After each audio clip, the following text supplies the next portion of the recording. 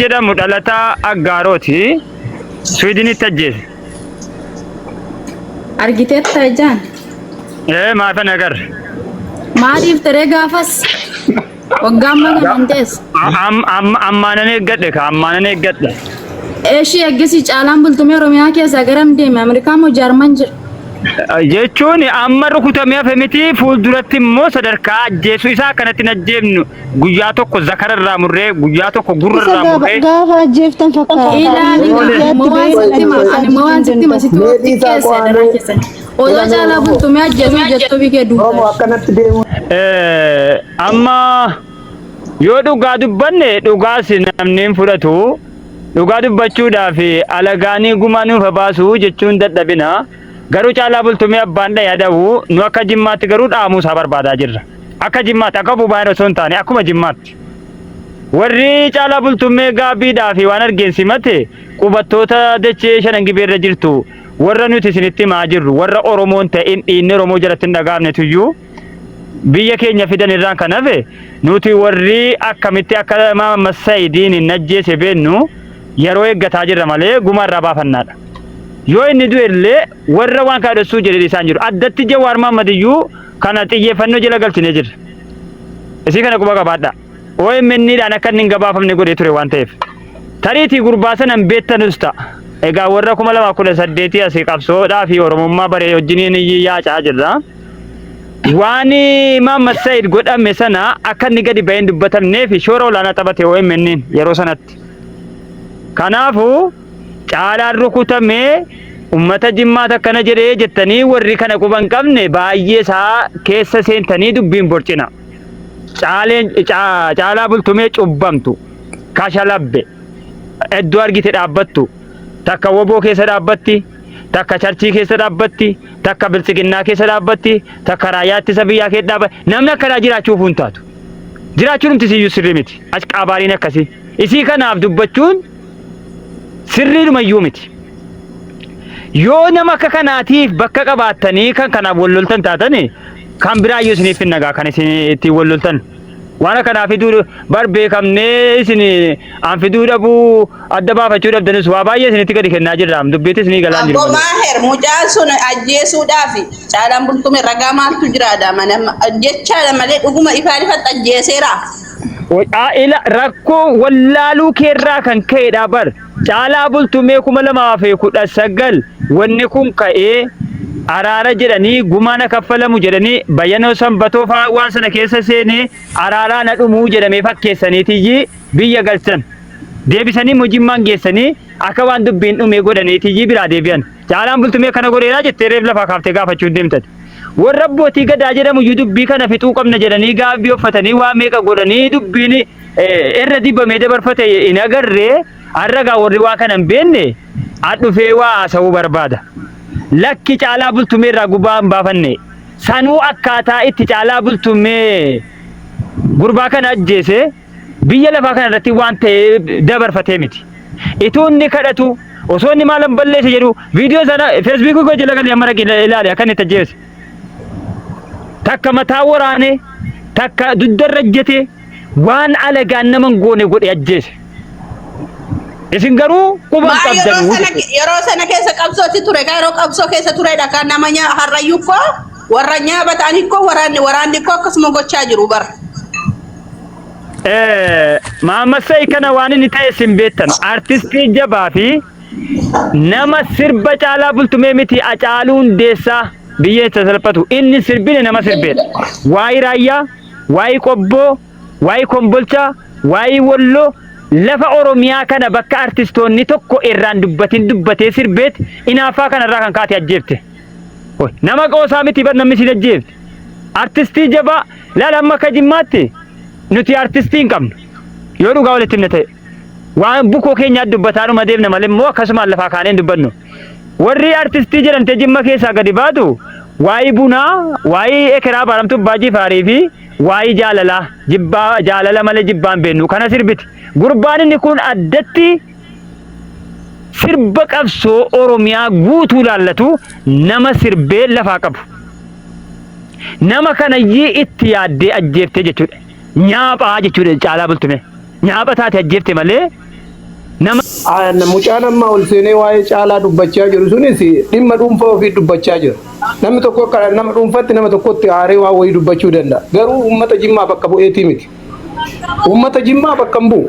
Inni dhimma dhuunfaa ofiiti kan inni labsachaa jiru. Jibba caalaadhaaf qabu kan inni ibsachaa jiru malee waan uummata Jimmaa bakka bu'ee ibsatu tokko hin jiru jechuudha. Waan dubbannu keessa fi waan hojjennu keessatti uummata siyaasa fi uummata miskiina wal qabsiisuun barbaachisaa miti. Addatti waan hojjennu keessatti waan wayii adda baasaa deemuun barbaachisaadha. Fakkeenya faarsitoo buloota kan jedhamanitu dubbatamutu jira. Warri faarsee buloota fi uummanni miskiinni garagara. Kanaaf maqaa uummata miskiinatiin dhandheetoo uummata naannoo tokkoo tuquu hin qabnu. Maal sababni isaatiyyuu uummata miskiina baay'eetu jira. Uummata bilisummaa barbaadutu jira. Uummata nagaa barbaadutu jira. Argitanii kanaaf waliif fakkaatan bakka bu'aniitu uummata kanallee diffeen godhu. Tullee gabbayee haasaa malee dhiirri gadi ba'ee waa'ee gandaa kutaama kamiyyuu gandarraa hin haasa'u. Wallaggaan dhiirri isaayyuu badaa miidiyaa irrayyuu badaa hamma fayyadaman ijoollee warra biyya garaagaraa keessa jiran irraan kaa'ate namni hin jiru. Amma garuu yoo argite ijoolleen Jimma keessaa yeroo hundumaa ajandaa kan fidan ijoollee Jimmaadha.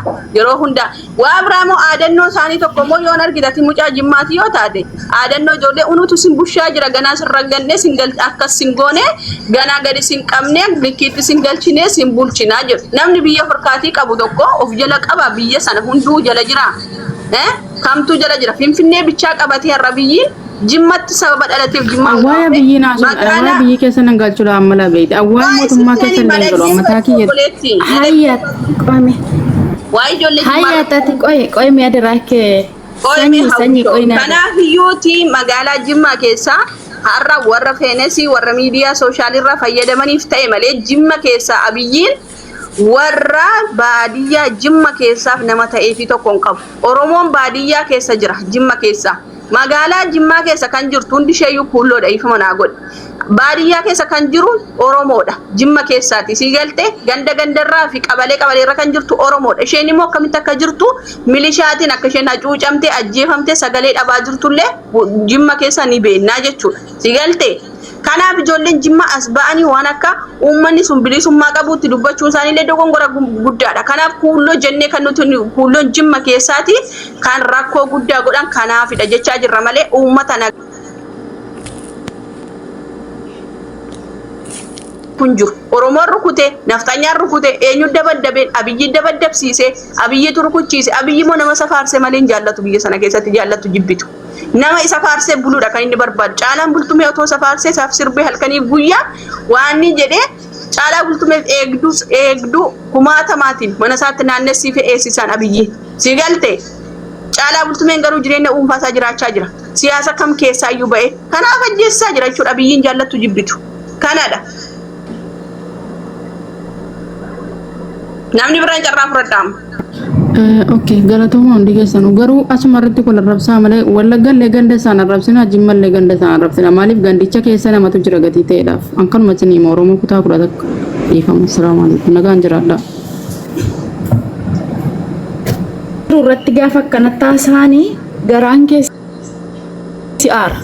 Warra du'e boolla keessatti ijoolleen keessaan gadi qabanii ol kaasanii faarsaa jiran. Maachi dhattee cuftee namni sun amma garaan kun achitti illee arrabsanii an Oromoon amma arraba Oromoo social media Oromoo mara warra ijoollee boolla keessatti Haacaaluufaa gadi gargashanii warra arrabsan ijoollee keessan dhiisisi.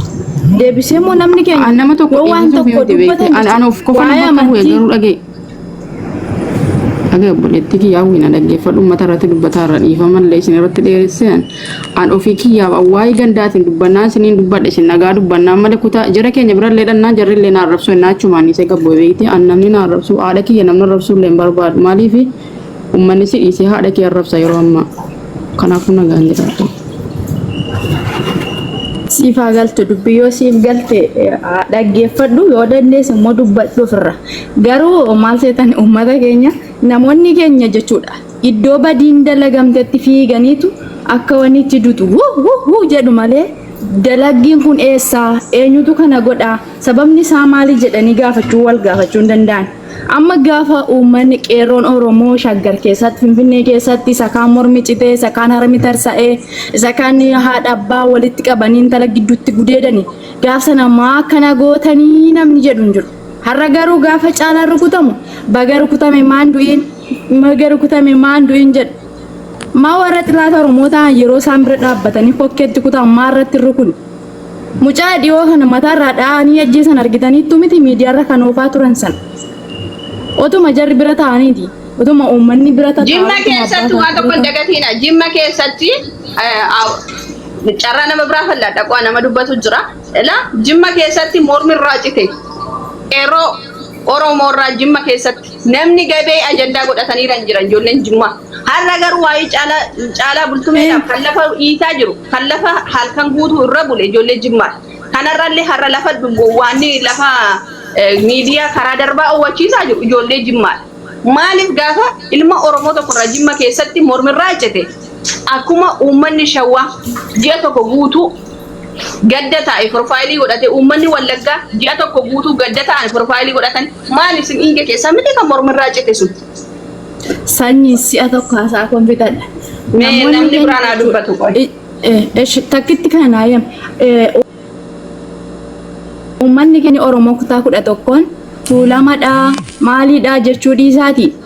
Warra cal jedhu jalaa cal jedhaa dhaggeeffadha. Nuyi hayyuu qabna kan dubbatu jira. Kan sin caala beeku jira. Kan barateeyyuu dubbachuu wallaalee mitiin zim jedhee taa'u jechuudha. Otuma argootuma dhagahu ta'a. Maaliif amma gizee kan ijoolleen tuulamaa nama narrabsitu jedhaniitu karaa hundumaan ijoollee tuulamaa arrabsu. Ijoolleen tuulamaa waan isaniif qabu. Kamtu kami? Lafee foon uffatee ta'a waan ta'eef. Kanaaf hubadhaan siniin jedha guddaa galatooma. Kakaaser gumaa isa sana amma biyyuma isaarratti ba'uu fi qabu turan ilaallatanii haasa'uu qabu ka mataa buqqeen ganda nama arrabsiisuu barbaade warri mataa buqqee kuulloodha silaas Jimma bakka hin bu'anii warra akkasi warra kuulloodha voolsivaaganii baatanii warra geessanidha. Jimma Abbaa Jifaariif Minilik Jimmaan Abbaa Jifaar goota gatii ta'ee fi naafa fidan edheeni naafa fidani baatanii oofameetuun ta'in baatanii naafa fidan edhee baatanii warra geessanii warra achitti hafanidha dadhabanii kan akkas ta'an siigalee kanaaf Oromoo bakka bu'uu hin danda'ani malee sa'aatiin itti Oromoon meeqa Finfinnee keessatti Oromoon durisinuma ajjeefama artistiin Oromoo ammas ajjeefamaa jira warroota akka kanaatu hidhata qaba ka isaantu akkas gochisiisa seenaa biraa kaasuu maaltu barbaachise. Innaa miira mitaanan waa'ee Oromummaa isaatti dubbachuudha malee waa'ee obboleessa isaa ajjeesee ture. Gaafa inni dhufu maafin gaafa inni rejimma gaafa inni koonsartii dhiyeesse eegasiiti maafin gaafatan amma babba jedhan Oromoo bakka hin bu'ani silaas si jammar utuu Oromoo bakka bu'ani bishaatanii haasa'u.